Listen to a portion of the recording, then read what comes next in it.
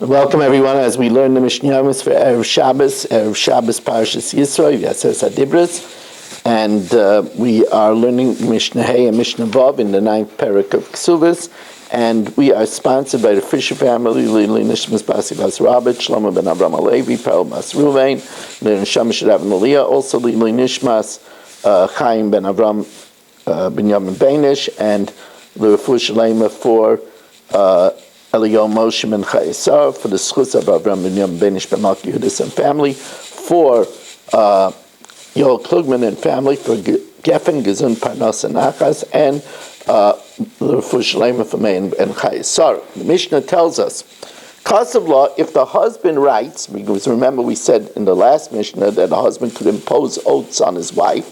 However, if he says, Neder u'shmua ein li olayich, if he says, I cannot impose a vow or an oath upon you, ein yochel lashbia, he cannot impose such an oath. Aval mashbiahu es yosheh, but if she dies, he could impose an oath on her ears, or the es habam birshusa, or if somebody, let's say she sold her ksuba to somebody, he could impose an oath on those that come because of her, and to say that they didn't get paid yet or anything. If he says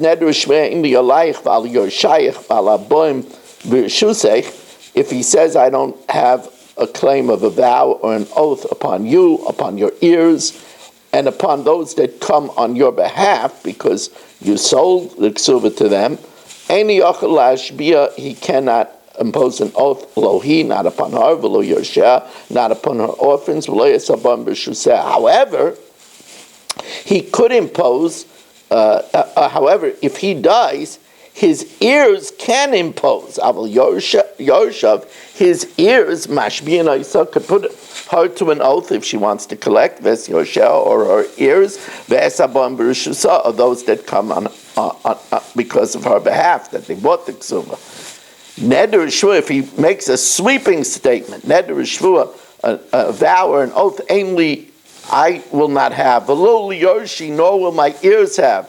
V'lo laba'im b'rishusi, are those that come on my behalf. Ba'im b'rishusi would be, let's say, those that come on his behalf that say that he owed them money,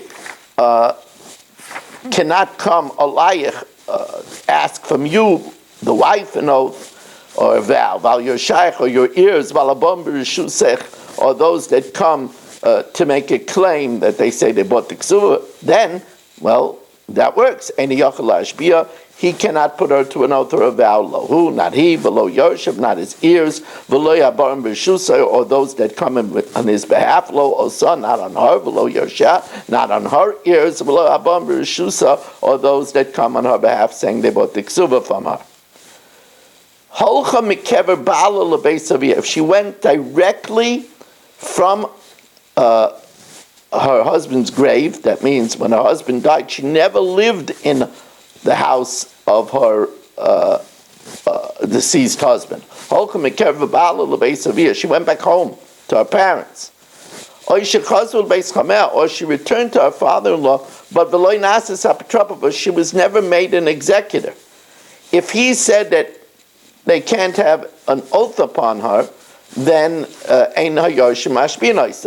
ears cannot put her to an oath. However, this is a new thing. If she was made now, after the husband's death, an executor on the estate after his death, then the ears, even though the father said that they can't have any oaths upon her, that's they